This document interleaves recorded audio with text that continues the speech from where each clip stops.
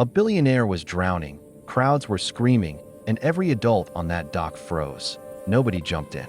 Nobody, except a 12-year-old girl who dove into the freezing lake and dragged him out with her bare hands. But what he did the moment he realized a child saved his life. Nobody was ready for that. Before we dive in, please subscribe for more stories like this, as it means the world to us, and comment your country so we know where our family's growing. The sun had been dipping behind the tree line, painting the lake with this warm orange glow, the kind that makes everything look soft and peaceful. Kids were throwing rocks, a couple was arguing quietly at the end of the pier, and most people were just minding their own business. Then out of nowhere someone screamed, "Hey, hey, there's a man in the water." At first everyone froze, like nobody believed what they were seeing. This guy, fully dressed in these fancy-looking clothes, was thrashing under the surface like he didn't know which way was up. A few people backed up like it wasn't their problem, others kept yelling at each other to do something, but not one single grown adult moved a muscle.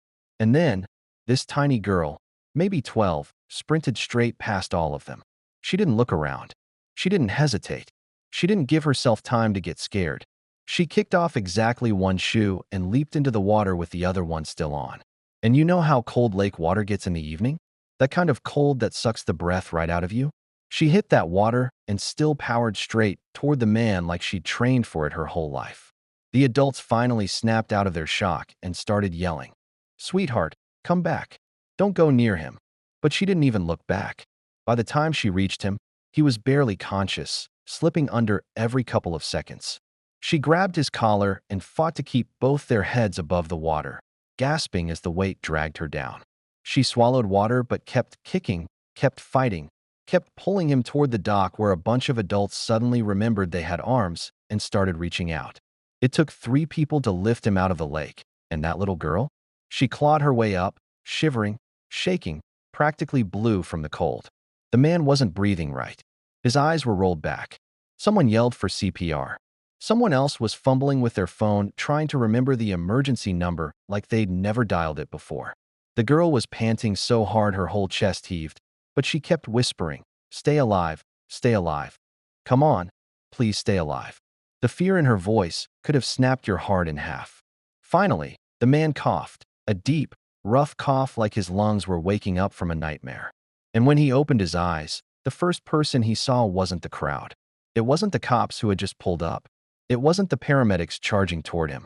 It was her, this tiny girl dripping lake water, lip trembling, holding onto his hand like she wasn't letting him slip away again. And then he whispered, barely getting the words out, "You saved my life, didn't you?" She nodded, wiping her nose with the back of her hand. He smiled weakly and squeezed her fingers. You could tell he wanted to say more, but he passed out again. At the hospital, the doctors told everyone the same thing. If that little girl didn't act when she did, he'd be gone. The whole story went from whispers to a full-on storm. Reporters showed up. People were asking who she was. But here's the crazy part. She didn't want attention. She didn't want cameras. She just told her mom she wanted to go home, drink hot chocolate, and maybe never jump in a lake again in her life. Meanwhile, the man she saved, yeah, that wasn't just any ordinary guy. That was Daniel Hartwell, billionaire, CEO, owner of half the lakeside property out there. A man whose face was usually on the covers of magazines, not floating face down in a lake. When he finally recovered enough to sit up, the first thing he asked was, "Where's the girl who saved me?"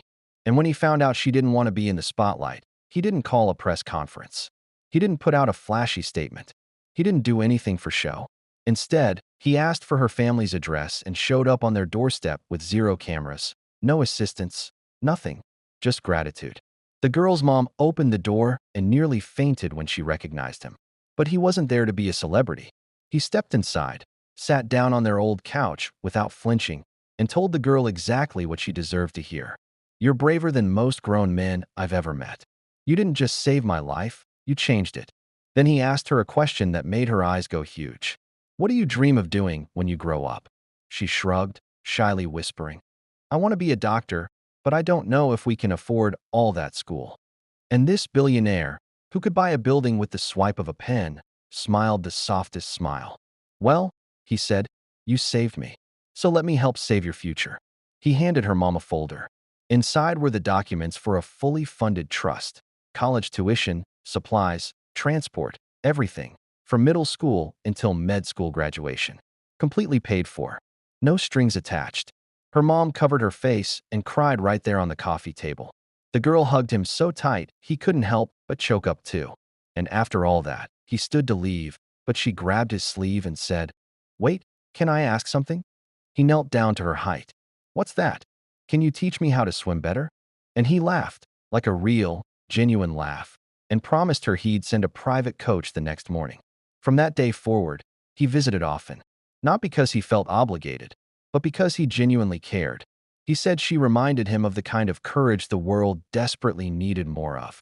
And sure enough, years later, that little girl in the soaked sneakers grew up to become Dr. Maya Thompson, one of the youngest trauma surgeons in her hospital. And guess who was first in line at her graduation? The same man whose life she dragged back from the water, clapping louder than anyone else in the room. Sometimes heroes don't wear capes. Sometimes they don't even know they're heroes yet. Sometimes they're just little girls who don't wait for someone else to step up. And sometimes, saving one life ends up rewriting two. As always, thank you for watching. Make sure you hit that like button, share the video with someone who needs a little hope today, and subscribe for more real, heart-touching stories. You already know, your support keeps our whole family growing.